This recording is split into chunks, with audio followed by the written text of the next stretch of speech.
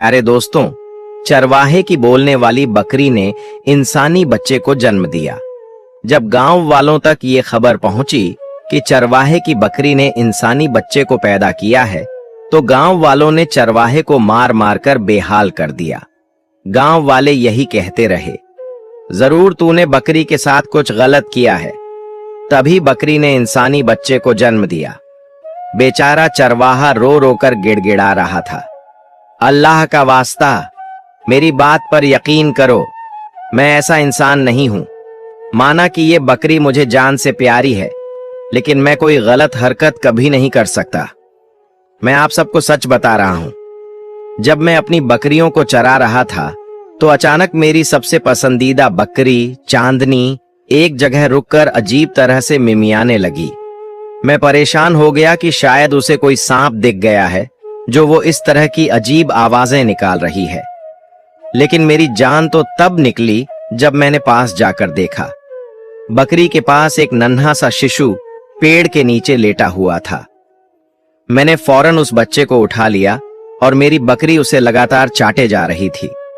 पहले तो मैं हैरान था, लेकिन उस बच्चे को देखकर मैंने खुदा का शुक्र अदा किया, क्योंकि आप सब जानते हैं कि मैं बहुत अरसे से बेऔलाद हूं।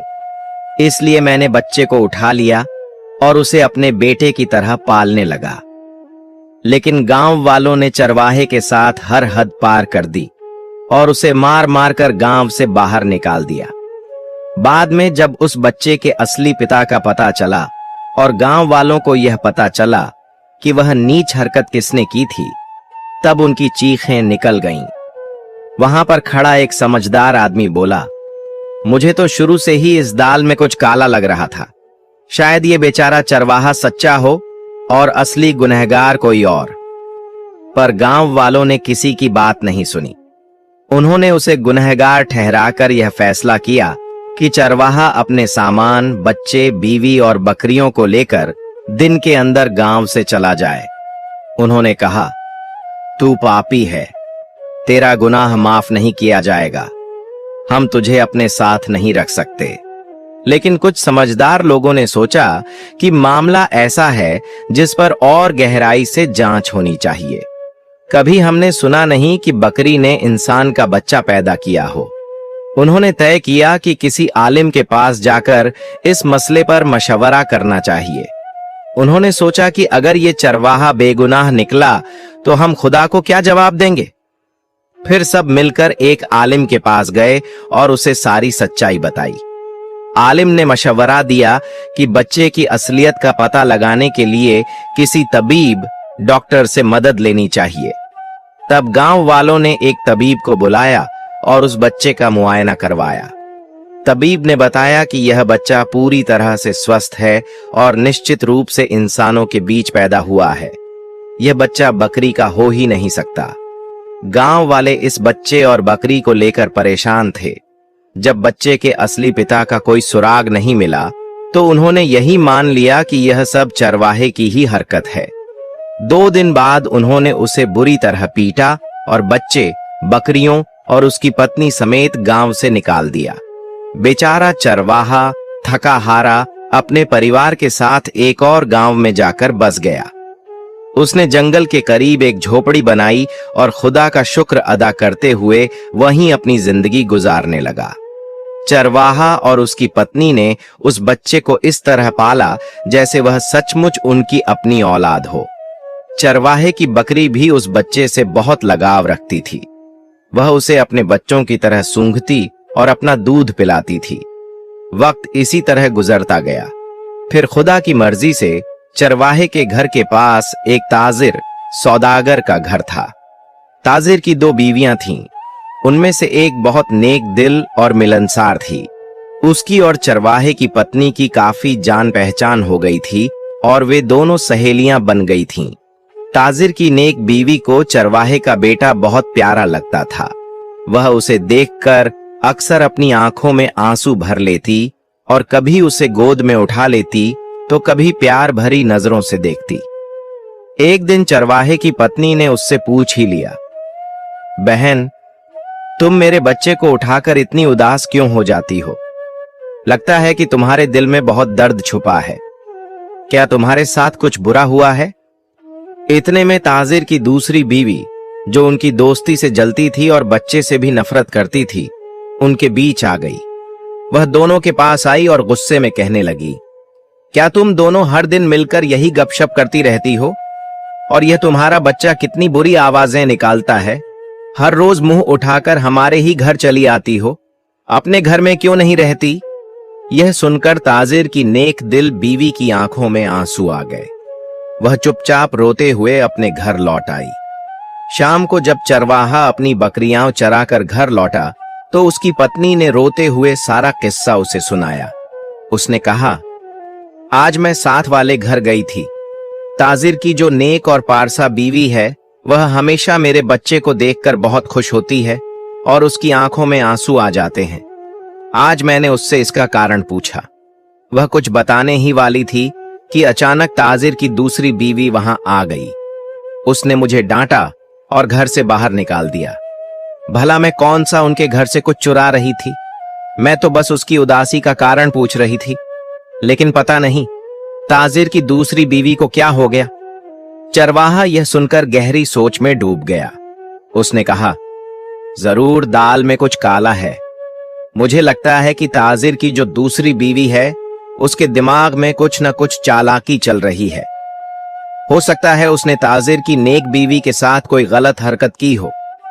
वह तुम्हें शायद कुछ बड़ा सच बताने वाली थी, लेकिन उसने ऐसा होने नहीं दिया और तुम्हें घर से बाहर निकाल दिया। तुम ऐसा करना, मौका पाकर फिर से उनके घर जाना और सच्चाई का पता लगाना। हो सकता है हमारे बेटे का असली सच पता चल जाए, और हो सकता है कि कहानी कुछ और ही हो। तुम्हें यह जरूर जानना चाहिए। चरवाहे की बीवी बोली, ठीक है, मैं कल जरूर जाऊंगी। अगले दिन जब चरवाहा बकरियां लेकर चराने चला गया तो उसकी पत्नी ने मौका पाकर ताजिर के घर जाने का फैसला किया। ताजिर की चालाक बीवी कुलसुम बाजार गई हुई थी और उसकी दूसरी मासूम और नेक बीवी जरीना घर पर अकेली थी। जब जरीना ने चरवाहे की बीवी को आते देखा तो वह तुरंत बच्चे को गोद में लेकर उसके साथ खेलने लगी। वह बच्चे से बातें करने लगी और उसकी आंखों में फिर वही पुराने आंसू झलकने लगे। पता है तुम्हें, मेरा भी तुम्हारी तरह एक खूबसूरत बेटा था, बिल्कुल तुम्हारी ही शक्ल का, और पता नहीं वो कहां चला गया। न समझ में आता है कि मेरे बच्चे को जमीन खा गई या आसमान निगल गया। मुझे तुम्हारे अंदर वही दिखता है, समझ नहीं आता क्या करूं। एक दिन चरवाहे की बीवी, जो बड़ी चिकनी चुपड़ी बातें करने वाली थी, मुझसे बोली, बहन, तुम्हारे साथ आखिर मामला क्या हुआ? जरा खुलकर बताओ, क्यों इतना रोती रहती हो? फिर मैंने, सौदागर की मासूम बीवी जरीना ने अपनी कहानी उसे सुनानी शुरू की। मैं सौदागर की दूसरी बीवी हूं। दरअसल मेरे शौहर की पहली बीवी से कोई औलाद नहीं हुई थी, तो मजबूरी में उन्होंने मुझसे दूसरी शादी कर ली। अल्लाह का करम हुआ कि कुछ ही महीनों के बाद मैं उम्मीद से हो गई। मेरे शौहर की खुशी का तो ठिकाना ही नहीं था। वो मुझसे बहुत मोहब्बत करने लगे, लेकिन ये बात कुलसुम, उनकी पहली बीवी, को जरा भी पसंद नहीं आई। वो हर बात पर मुझसे बहस करती, तरह तरह की ताने मारती। यहां तक कि कई बार उसने मुझे मारने की भी कोशिश की। एक बार तो उसने मेरा बच्चा गिराने की साजिश भी की, लेकिन अल्लाह ने हर बार उसकी चाल को नाकाम कर दिया। जब बच्चा पैदा होने के दिन करीब आए तो रोज रात को मुझे एक अजीब सपना आता था।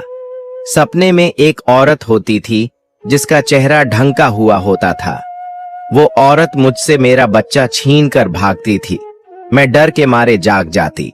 मैंने ये सब अपने शौहर को बताया तो उन्होंने कहा, ये तुम्हारा वहम है, तुम ज्यादा मत सोचो, अल्लाह सब बेहतर करेगा। लेकिन मेरा दिल हमेशा बेचैन रहता। फिर वो दिन आया जब अल्लाह ने मुझे चांद जैसा बेटा दिया, बिल्कुल तुम्हारे बेटे जैसा। हमारे घर में खुशियों की बहार आ गई।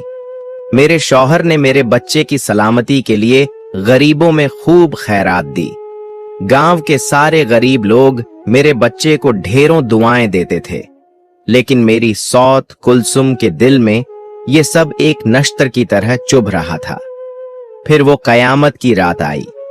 मैं अपने बच्चे को अपने पास सुलाकर सोई थी, लेकिन रात के किसी पहर मेरी आंख खुली तो मैंने देखा कि मेरा बच्चा बिस्तर पर नहीं है। मैं फौरन उठकर चारपाई के नीचे देखने लगी। सोचा कहीं बच्चा नीचे गिर तो नहीं गया, लेकिन जब कहीं भी बच्चा नहीं मिला तो मैं रोने पीटने लगी। मेरे शौहर सौदागर की आंख खुली तो वो भी बेचैन हो गए, और वो कुलसुम, वो बैठी मुझे तसल्ली दे रही थी। उस दिन से लेकर आज तक मैंने अपने बच्चे को बहुत ढूंढा, लेकिन मेरा बच्चा कभी नहीं मिला। इतना कहते ही सौदागर की बीवी फूट फूट कर रोने लगी। उसी समय सौदागर की चालाक बीवी घर आ चुकी थी। उसने दोनों की कुछ बातें सुन ली थीं। उसे जरीना पर बहुत गुस्सा आ रहा था और उसके मन में डर बैठ गया था। वह सोचने लगी, कहीं ये जरीना मेरे बारे में सब कुछ न बता दे।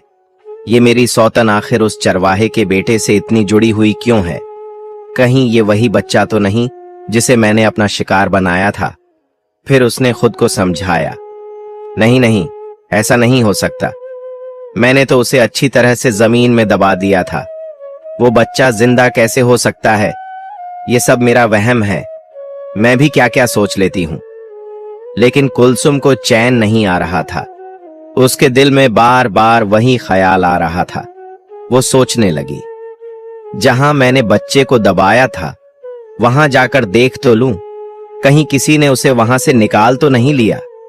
फिर उसके मन में ख्याल आया, अब तक तो बच्चे की हड्डियों का ढांचा ही बचा होगा। वो मौके की तलाश करने लगी और जल्दी से जंगल की तरफ भागी, जहां उसने जरीना के बच्चे को दफनाया था। वहां पहुंचकर उसने जल्दी जल्दी खुदाई शुरू कर दी। उधर चरवाहा भी उसी जंगल में बकरियां चरा रहा था। चरवाहे की बकरी चांद की नजर उस औरत पर पड़ी। बकरी उसे गौर से देखने लगी और उसके आसपास घूमने लगी। बकरी के मन में ख्याल आया, ये वही औरत है जिसने उस रात बच्चे को यहां लाकर दफनाया था। कुलसुम हैरान परेशान थी, क्योंकि जब उसने गड्ढे में देखा तो वहां बच्चे का नामो निशान भी नहीं था। वो सोचने लगी, आखिर बच्चा गया कहां? हो न हो कोई उसे यहां से निकाल कर ले गया होगा। फिर उसके मन में एक सुकून भरा ख्याल आया, अगर बच्चा यहां से ले भी गया है तो ये मेरे लिए अच्छी खबर है। अब कोई भी बच्चा मुझ तक नहीं पहुंच सकेगा। इतना सोचते हुए कुलसुम वापस अपने घर लौट आई। सौदागर की चालाक बीवी कुलसुम ने सौदागर को भी अपनी मुट्ठी में कर रखा था। वह बेचारी जरीना के खिलाफ उसके कान भरती रहती थी। कुलसुम अक्सर कहती, ये तुम्हारी दूसरी बीवी जरूर मनहूस है। अल्लाह ने तुम्हें खूबसूरत बेटा दिया था, लेकिन इसने खुद ही अपने बच्चे को खा लिया। सौदागर भी अब जरीना से कुछ खास मोहब्बत नहीं करता था। वह जरीना के पास कम ही जाता था। एक रात जरीना फिर से एक डरावने ख्वाब से उठ बैठी। अब उसे वही ख्वाब बार बार आने लगे थे कि उसका बच्चा उसकी गोद में होता है और एक औरत उसे छीन कर भाग जाती है। ख्वाब से जागकर वह चीखने और रोने लगती। सौदागर जरीना के पास आया और उसे तसल्ली देकर चुप कराने लगा। उसने पूछा, तुम्हें क्या परेशानी है? क्यों रो रही हो? जरीना ने बताया, आज फिर मुझे वही ख्वाब आया कि एक औरत मेरे बच्चे को मुझसे छीन कर भाग रही है और मैं कुछ नहीं कर पा रही हूं। कुलसुम भी यह बात सुन रही थी। उसे बहुत गुस्सा आया। उसने तमतमाते हुए कहा, तुम बार बार मुझ पर ही इल्जाम क्यों लगाती हो? जरीना रोते हुए धीमे स्वर में बोली, मैं तुम पर इल्जाम नहीं लगा रही हूं। जो ख्वाब मुझे आ रहा है मैं बस वही बता रही हूं। उधर चरवाहे का बेटा अब बड़ा हो रहा था। उसने अपने पिता के साथ बकरियां चराना शुरू कर दिया था, लेकिन चरवाहा हमेशा अपने बेटे को समझाता, बेटा अपना भविष्य बनाओ, पढ़ो लिखो, ये बकरियां चराना कोई काम नहीं है। चरवाहे ने अपने बेटे को अच्छी तालीम दिलवाई। इधर जरीना को यह पता नहीं था कि जिस बेटे के लिए वह तड़प तड़प कर जी रही है, वही बेटा उसके बिल्कुल पास पल रहा है। जरीना को उस लड़के से लगाव होने लगा। वह कभी अपने दरवाजे से छुपकर तो कभी बाहर से उस लड़के को देखती और रोती रहती। फिर एक दिन चरवाहा अपनी बकरियों को चराने जंगल गया। अचानक मौसम खराब हो गया। तेज हवा चलने लगी और मूसलाधार बारिश शुरू हो गई। चरवाहा अपनी बकरियों को इकट्ठा करके एक बड़े पेड़ के नीचे बैठ गया और बारिश थमने का इंतजार करने लगा। लेकिन अल्लाह की मर्जी कुछ और थी। तेज बारिश में पेड़ की एक भारी टहनी टूटकर चरवाहे के ऊपर गिर गई। उसकी बकरियां तो बच गईं, लेकिन चरवाहा जमीन पर गिर पड़ा। चरवाहे की प्यारी बकरी चांदनी उसे खींचकर निकालने की कोशिश करती रही। पास खड़ी बकरियां जोर जोर से मिमियाती रहीं, लेकिन वो बेजुबान जानवर कुछ कर नहीं पाई और चरवाहा वहीं दम तोड़ गया। उस दिन तो चरवाहे के घर में कयामत टूट पड़ी। उसका बेटा हसन पास बैठा बिलख बिलख कर रो रहा था। शाम के वक्त चरवाहे का जनाजा पढ़ा गया और फिर उसे दफना दिया गया। चरवाहे की सबसे बड़ी ख्वाहिश थी कि उसका बेटा पढ़ लिख कर एक बड़ा आदमी बने, लेकिन उससे भी ज्यादा उसका शौक था कि उसका बेटा हाफिज ए कुरान बने। जब चरवाहा इस दुनिया से चला गया तो उसकी बीवी ने अपनी इद्दत के दिन बड़ी मुश्किलों से गुजारे। वह अपने कमरे में ही बंद रहती थी और अपने बेटे को भी बाहर नहीं निकलने देती थी। खुद चाहे भूखी रहती, लेकिन अपने बेटे को कुछ न कुछ जरूर खिला देती। चरवाहे की बकरियों का इंतजाम कुछ दिनों के लिए रिश्तेदारों ने किया। वे बकरियों को घास और पानी देते रहे। जब चरवाहे की बीवी की इद्दत पूरी हो गई तो उसने ठान लिया, अब मैं खुद बकरियां चराऊंगी और उनका दूध बेचकर अपने और अपने बेटे का गुजारा करूंगी। अब वह दिन भर अपनी बकरियों को चराती। उसका बेटा हसन जब स्कूल से वापस आता तो अपनी मां की मदद करने के लिए उसके पास चला जाता। दूसरी ओर हकीकत से बेखबर लोग हसन जिस घर का असली चिराग था, वे लोग यही मानकर बैठे थे कि उनका बच्चा इस दुनिया में अब नहीं रहा। उधर सौदागर की चालाक बीवी कुलसुम घर में राज कर रही थी और बेचारी जरीना अपने ही घर में नौकरानी बनकर रह गई थी। वह दिन भर नौकरों की तरह काम करती रहती और साथ ही अपनी सोटन कुलसुम की हर तकलीफ भी सहन करती। जरीना कभी किसी से कोई शिकायत नहीं करती थी, लेकिन जब वह अकेली होती तो अपने कमरे में नमाज पढ़कर अल्लाह के आगे खूब रोती। जिस दिन वह अपने रब के सामने रोकर अपना दिल हल्का कर लेती, उसे थोड़ा सुकून मिलता, क्योंकि सौदागर भी अब जरीना पर कोई ध्यान नहीं देता था। हसन जब कुरान की तिलावत करके घर आया तो अपनी मां से कहने लगा, मां, आज मैंने कुरान की तालीम पूरी कर ली है। आज मैंने अपने बाबा की ख्वाहिश पूरी कर दी। फिर उसने बताया, मां, आपको पता है हमारे मदरसे में बहुत बड़ी तकरीब रखी गई है। वहां बड़े बड़े मौलवी साहब भी आएंगे, हमें इनाम भी दिया जाएगा। लेकिन मां, मैं वहां बिल्कुल नहीं जाऊंगा। उसकी मां ने प्यार से पूछा, बेटा क्यों, क्या वजह है, तुम क्यों नहीं जाओगे? हसन उदास होकर बोला, मां, इसलिए क्योंकि मेरे तो कपड़े भी फटे पुराने हैं। वहां के बच्चे मुझे गरीब गरीब कहकर मजाक उड़ाते हैं, इसलिए मैं नहीं जाऊंगा। चरवाहे की बीवी ने उसे तुरंत अपने सीने से लगाया और कहा, बेटा, मैंने बकरियों का दूध बेचकर थोड़े थोड़े पैसे जमा किए हुए हैं। मैं आज ही बाजार जाऊंगी और तुम्हारे लिए अच्छे कपड़े और जूते लेकर आऊंगी। और हां बेटा, जो हमारा पड़ोस वाला घर है, सौदागर की बीवी ने मुझसे कहा था कि अगर मैं उनके घर थोड़ा बहुत काम कर दूं तो मुझे पैसे मिल जाएंगे। मैं सारा दिन घर में क्या करती हूं, मैं कुछ देर के लिए वहां झाड़ू पोंछा कर लिया करूंगी ताकि तुम्हारी पढ़ाई और जरूरतें पूरी कर सकूं। दूसरे दिन चरवाहे की बीवी सौदागर के घर पहुंची। सौदागर की चालाक बीवी कुलसुम चरवाहे की बीवी को गुस्से से देख रही थी। उसका बिल्कुल भी दिल नहीं कर रहा था कि वह उसे काम पर रखे, क्योंकि वह घर का सारा काम जरीना से करवाना चाहती थी। लेकिन जरीना की तबीयत कुछ दिनों से ठीक नहीं थी। मजबूरी में कुलसुम ने चरवाहे की बीवी को काम पर रख लिया। चरवाहे की बीवी को जरीना पर बहुत तरस आ रहा था। कुछ दिन पहले ही जरीना ने उसे अपनी दर्द भरी कहानी सुनाई थी। जरीना बेचारी अब खुद को घर की नौकरानी समझने लगी थी। वह कहने लगी, मैं तो घर से बाहर भी नहीं जा सकती। अब तो मेरा जीना मरना इसी घर में है, क्योंकि मेरे माँ बाप भी इस दुनिया में नहीं हैं।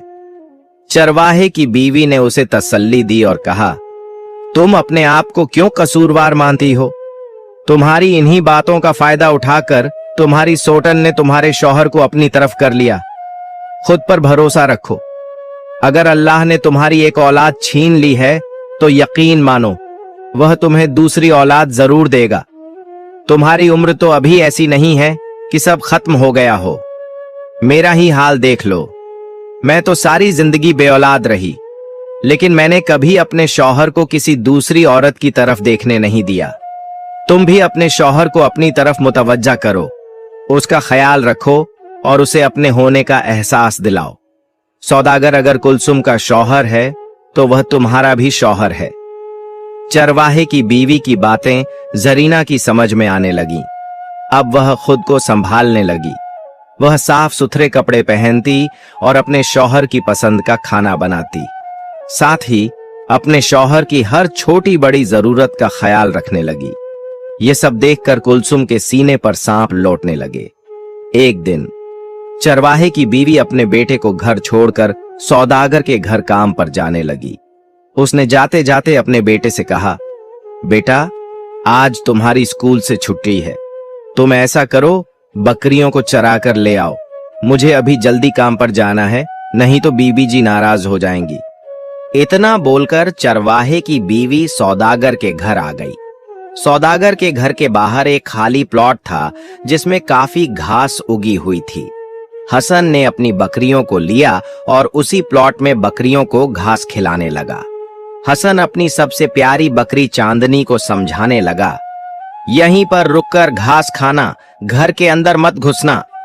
हसन की बकरी चांदनी बहुत समझदार थी।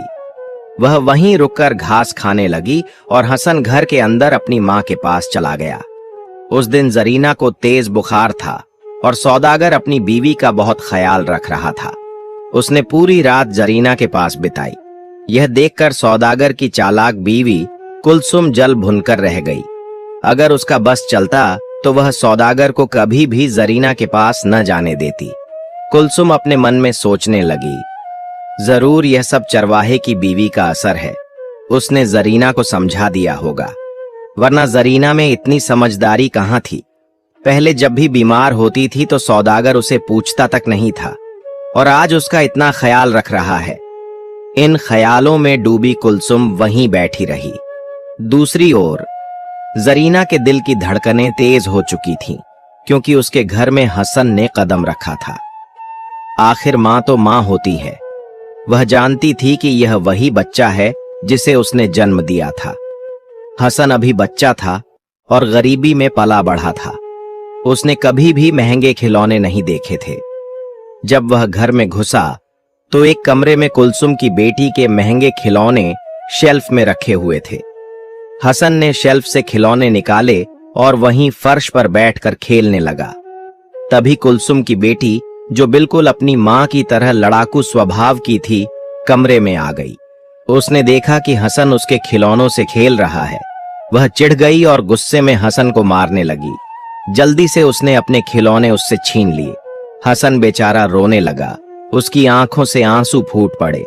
किचन में चरवाहे की बीवी बर्तन धो रही थी। तभी जरीना ने बच्चे के रोने की आवाज सुनी। यह आवाज सुनकर उसके मुंह से बेसाख्ता निकला, यह तो मेरा बच्चा रो रहा है। सौदागर यही समझा कि जरीना बुखार की वजह से ऐसा बोल रही है, लेकिन जरीना कुछ भी सुनने को तैयार नहीं थी। वह फौरन कमरे से बाहर भाग गई।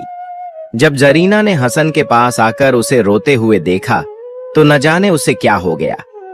उसने तुरंत हसन को सीने से लगा लिया और रोते हुए बोली, ना मेरे बच्चे, अब मत रो, तुम्हारी मां तुम्हारे पास आ गई है। हसन भी जरीना के सीने से लगकर मां की गोद का एहसास कर रहा था। उधर बाहर जब हसन की बकरी चांदनी को हसन के रोने की आवाज सुनाई दी तो वह फौरन सौदागर के घर में घुस गई। बकरी की आंखें लाल हो चुकी थीं। वह कुलसुम की बेटी को घूर कर देख रही थी।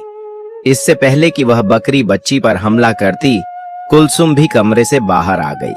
इस घटना को भले ही बरसों बीत चुके थे, लेकिन वह बेजुबान बकरी कुलसुम को पहचान चुकी थी। यह वही औरत थी जिसने कई साल पहले इस बच्चे पर बहुत जुल्म किया था। हसन को जमीन में गाड़ने वाली कोई और नहीं बल्कि यही कुलसुम थी। बकरी ने न आव देखा न ताव और कुलसुम पर हमला कर दिया। कुलसुम फौरन जमीन पर गिर गई और बकरी दांतों से उसका चेहरा नोचने लगी। सभी डरकर पीछे हट गए। सौदागर यह देखकर हैरान हो रहा था। उसने फौरन बकरी को वहां से हटाने की कोशिश की, लेकिन जब तक सौदागर बकरी को पीछे करता तब तक बकरी कुलसुम के चेहरे को लहूलुहान कर चुकी थी। जब बकरी फिर से कुलसुम पर हमला करने लगी तो हसन जल्दी से आगे बढ़ा और अपनी बकरी को सीने से लगा लिया। वह रोते हुए अपनी बकरी को लेकर घर के बाहर चला गया। उधर सौदागर गुस्से से चरवाहे की बीवी को डांटने लगा। उसने कहा, पागल औरत, अपने बेटे को समझा नहीं सकती? ऊपर से ये जानवर भी हमारे घर में घुसा दिए। अगर तुम्हें पता था कि तुम्हारी बकरी इंसानों पर हमला कर देती है तो क्यों नहीं इसे अपने घर में बांध कर रखा? कुलसुम को फौरन अस्पताल ले जाया गया क्योंकि उसकी हालत काफी खराब थी। डॉक्टर ने सौदागर को बताया, आपकी बीवी की एक आंख बर्बाद हो चुकी है और अब वह कभी ठीक नहीं हो सकती। यह सुनकर सौदागर गुस्से में आग बबूला हो गया। उसने तुरंत चरवाहे की बीवी को पुलिस के हवाले करवा दिया। उधर सौदागर पागलों की तरह बकरी पर हमला करने ही वाला था और सोच रहा था, आखिर इस बकरी ने ऐसा क्यों किया? दूसरी ओर चरवाहे का बेटा हसन घर पर अकेला रह गया था। उसकी बकरी चांदनी भी उसके पास ही थी। हसन को बहुत भूख लगी थी। उसने घर में जो भी सूखा पुराना खाना पड़ा था उसे खाकर पेट भरा।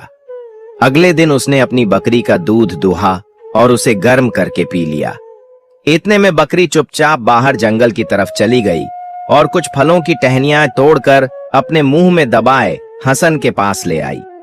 हसन ने कुछ फल तोड़कर खाए, लेकिन उधर सौदागर की बीवी जरीना को बार बार चरवाहे के बेटे का ख्याल आ रहा था। वो बच्चा घर पर अकेला होगा, क्या कर रहा होगा? भूखा होगा, उसने खाना खाया भी होगा या नहीं? एक दिन उसने घर वालों से छुपकर उसके घर जाने का फैसला किया। जब वह हसन के घर पहुंची तो उसने हसन से कहा, बेटा, जब तक तुम्हारी मां घर नहीं आती तुम ऐसा करो, मेरे साथ चलो। हसन जब जरीना के साथ जाने लगा तो बकरी हसन को कपड़ों से खींचने लगी। वह बेजुबान बकरी उसे जरीना के साथ जाने नहीं दे रही थी। फिर जरीना ने उस बकरी को भी अपने साथ ले लिया और दोनों को अपने घर ले आई। उधर सौदागर ने जब बकरी को देखा तो उसने गुस्से से अपनी आंखें लाल कर लीं। वह बकरी पर झपट कर उसे मारने के लिए दौड़ा। तभी जरीना फौरन आगे बढ़ी और बोली, शायद यह बेजुबान बकरी हमें कुछ बताना चाह रही हो। सौदागर चिल्लाकर बोला, लगता है बीमार होने के साथ साथ तुम्हारा दिमाग भी खराब हो गया है।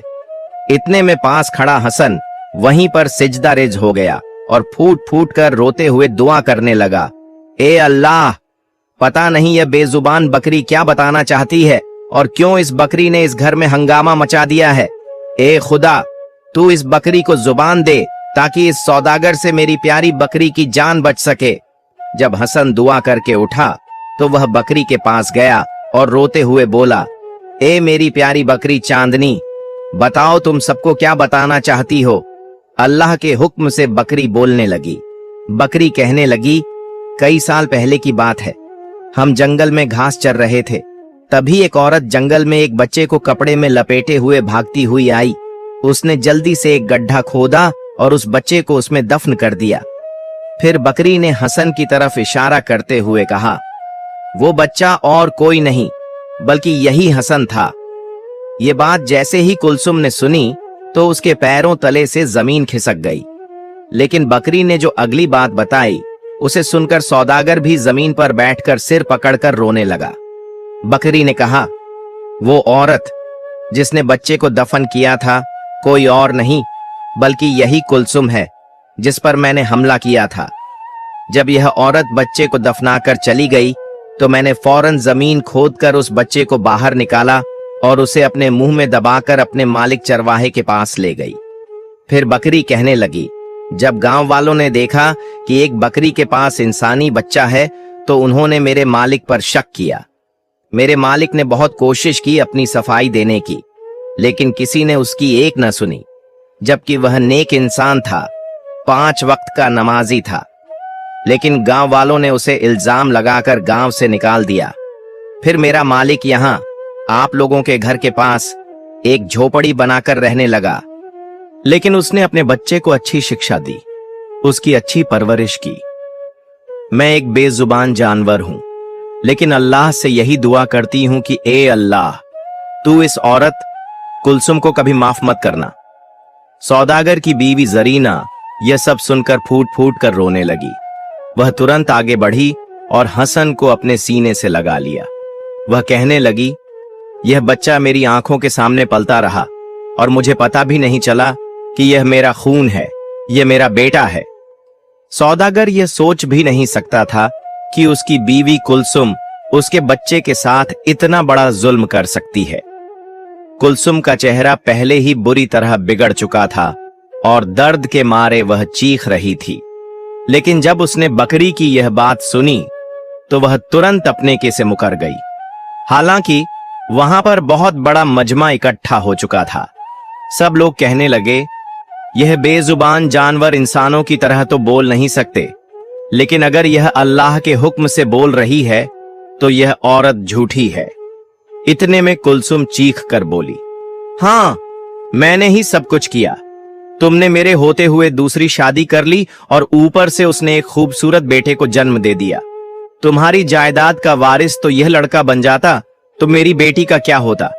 इसलिए मैंने इस लड़के को खत्म करने की कोशिश की, लेकिन बदकिस्मती से यह बच्चा बच गया। यह सुनते ही वहां खड़े लोगों पर जैसे बिजली गिर गई। सभी हैरान और शर्मिंदा हो गए। उन्होंने एक बेगुनाह इंसान को इतनी बड़ी सजा दे दी।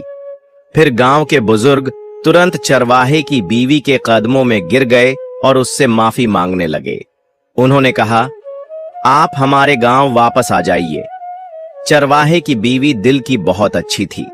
उसने कहा, मैं गांव तभी वापस आऊंगी जब मेरे साथ इंसाफ होगा।